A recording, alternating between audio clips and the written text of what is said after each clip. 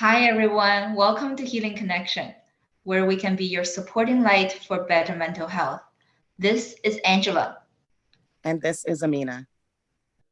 Today, we have the honor of having Rayon Brown with us for an exclusive interview to share his story and words of wisdom. Welcome, Rayon. Thank you so much for having me. It's a pleasure. We're so happy that you could join us today. Before we get started, let's learn a little bit more about you. Rayon is a seasoned community development business professional, deeply driven by the holistic approach grounded in principles and empowerment, human rights, inclusion, social justice, self-determination, and collective action. Currently, Rayon Brown is the Community Economic Development Director of Helping Neighbors Implement Change, a nonprofit organization deeply rooted in underserviced communities to equip individuals with tools and resources and build their capacity through training and mentorship. Okay, Rayon, so I've known you for a little while now, and you've shared a little bit about your challenges and things that you've gone through in life. I've always found your story super inspiring. Would you be able to share with us some of the obstacles that you've met with how you've overcome them? I'll be more than happy to.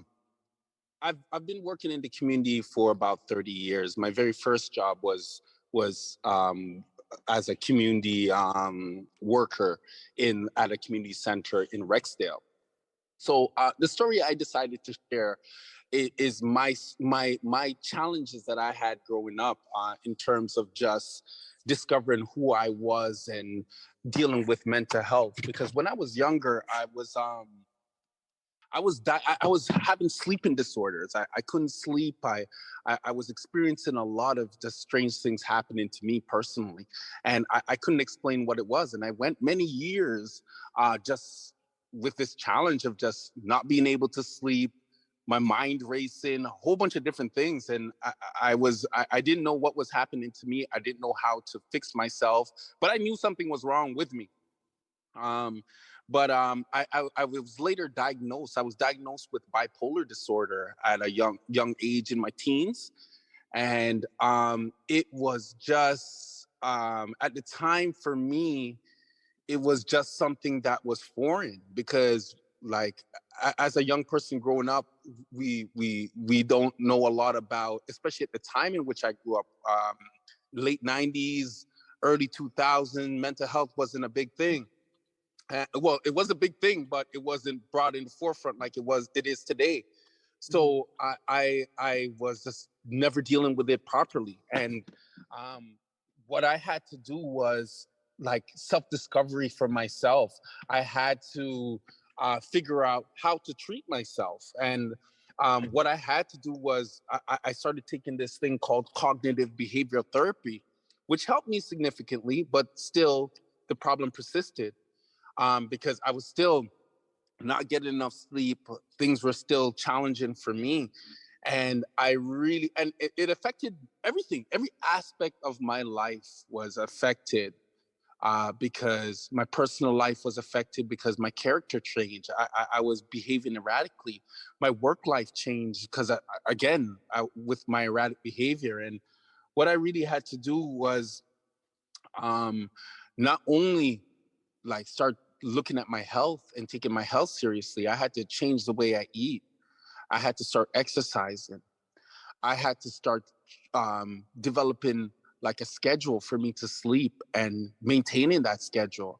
And amongst like I was taking medication before, heavily on medication because it was just a very difficult time for me. And as I consistently developed a structure for myself and started to do the necessary things to take care of my own personal health, my condition got significantly better.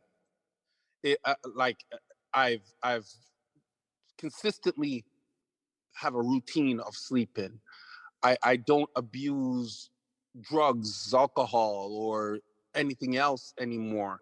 I have to be cognizant of myself and be aware of my triggers. And that's another thing that was very difficult because I didn't know what my triggers were. Why was this happening? And then I finally pinpoint my trigger, which was an amazing thing for me, because when I realized my trigger was stress, and stress brought an onslaught of difficulties for me in my life. So I started to eliminate certain things that were stress factors, and then I started to develop techniques on how to deal with stress in a more healthy way, right? So my whole premise of like this self-discovery for me helped me in just dealing with things, and not only me dealing with things, because I'm working in the community and I'm working with people who are also going through different challenges as well. Like, so in me finding a way to deal with myself helped me deal with other people that I was supporting. I consistently work with individuals that are bipolar, that are schizophrenic, and suffering from depression, suffering from anxiety. And now I have a wealth of knowledge because my struggles help me be a better community worker in general. I didn't look at it as something to run away from or shy away from or be ashamed of. And sometimes when we're dealing with mental health, we're often ashamed. We're embarrassed to tell people, and rightfully so, because there are some people that just don't understand, and they will make fun of you or judge you or expect you. Like, I think when I first was experiencing these challenges, I got this feeling that people were discrediting just my decision making, and the way they viewed me was a little bit different. It wasn't a good feeling, and I didn't like feeling that way, and that's why I kept everything so private.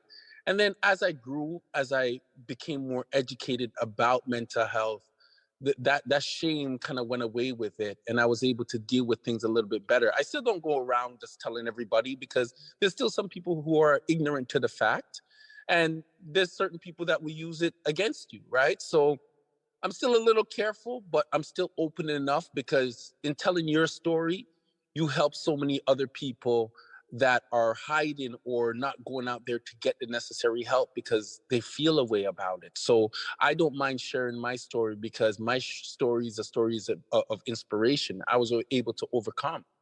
I was able to face my challenges head on. I was able to come out at the end of the battle victorious and pursue my passions that were previously, to me, it seemed like it was something that was impossible.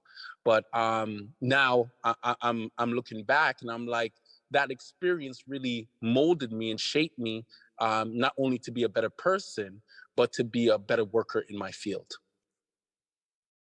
Thank you so much for your openness, Rian. Your story is truly inspirational. Would you share with us one of your experiences, how you turned your pain into purpose? Well, in all honesty, I ended up, because of my erratic behaviors and things that I was going through, I actually ended up like I got arrested, because like I'm not sure people are familiar with bipolar disorder. It's like it's really challenging, because it's like an out of body experience. So I ended up in jail. I was in jail, and I was just there, and I remember just crying and just feeling very defeated, and like that feeling, that the feeling of defeat, like, and when you're in prison and you're there, you have nothing to think about but you and the wrong avenues you went down to bring you to that place that you're there right now. And then when I came out, and I was like, I never want to go back to a place like that. It's such a waste of time. It's just such a waste of of of of of talent and abilities that I know I possess. So I promised myself that I was just going to be the best person I could possibly be, and the only way for me to do that is through healing. And I devoted myself to just healing, and not and like, healing for me is an everyday step. It's an everyday thing. I wake up every morning with that on my mind, right? And I said, okay, now I'm cognizant of my healing. I'm working towards my healing. How do I help other people do the same thing, right? I and mental health, there's actually, it runs in my family on my mother's side. So I seen my sister go through certain things as well.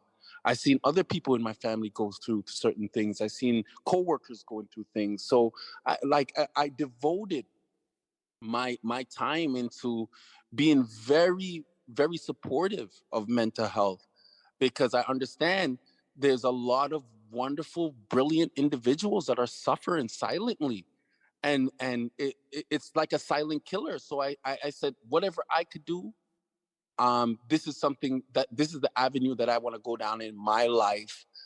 This is the benchmark I want to set. And then I created this roots training program, and I'll say it again, it stands for renewal of oneself through self-development, right?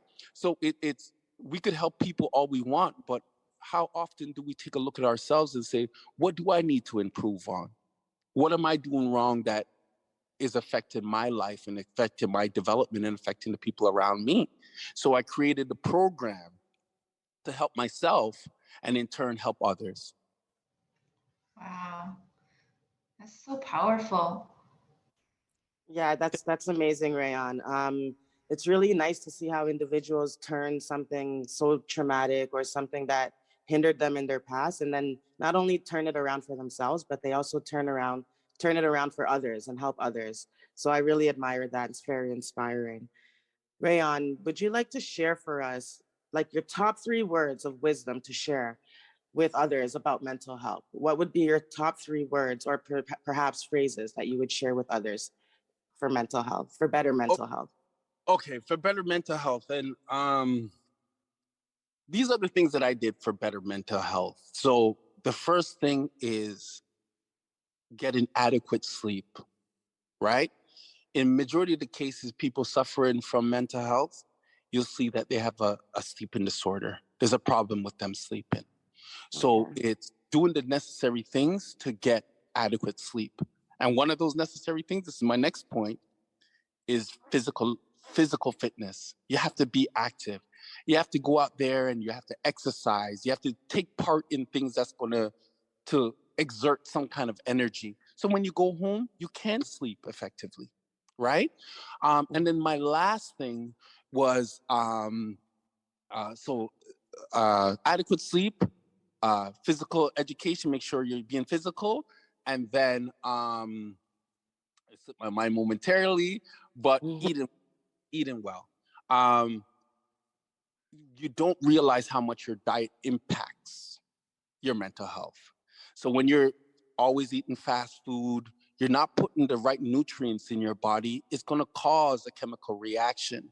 And from my personal studies, it has a lot to do with chemicals. There's a chemical imbalance that causes mental health. And these imbalances occur when we're not getting enough sleep, when we're not exercising, when we're not eating correctly, right? So if you take care of those, and this is not saying that, oh, if you just do those things, your mental health is going to be, there's tons of other things that you need to do as well. But those are my top three things to do in order to consistently support your mental health and be cognizant of your own self-care. That's great. Thank you. Wow, that's amazing. Thank you so much, Rayon, for being with us today and sharing your powerful story. I just feel so inspired by you now. Keep up the great work, and you're just doing so many amazing and incredible, powerful, programs right now with through your nonprofit, and you are truly making an incredible impact in our community. Just thank you for being who you are, and I'm so proud of you. Thank you so much. I really appreciate your kind words, because it has been a journey, and I am happy that I'm present to be able to give back to my community. The community inspires me to keep going on, and that's, thank you so much for having me. Thank you, Rayon. Thank you. Thanks, Rayon. No problem, Amina. Healing Connection is a registered charitable organization across Canada. Our goal is to build a resilient community together. We offer free community-based programs such as the Healing Connection workshops. Most of our work is done by volunteers, and most of our fundings come from donations. If you feel benefited from any of our free resources, we would love to have your support by going to our website to donate. All the interview recordings will be posted to our social media and website. You'll get notified when we have exclusive interviews with amazing influencers in our community. If you haven't followed us or subscribed yet, please do so by clicking on our website. Bye for now. Thank you for listening. Bye for now. Thank you for having me. Bye for now.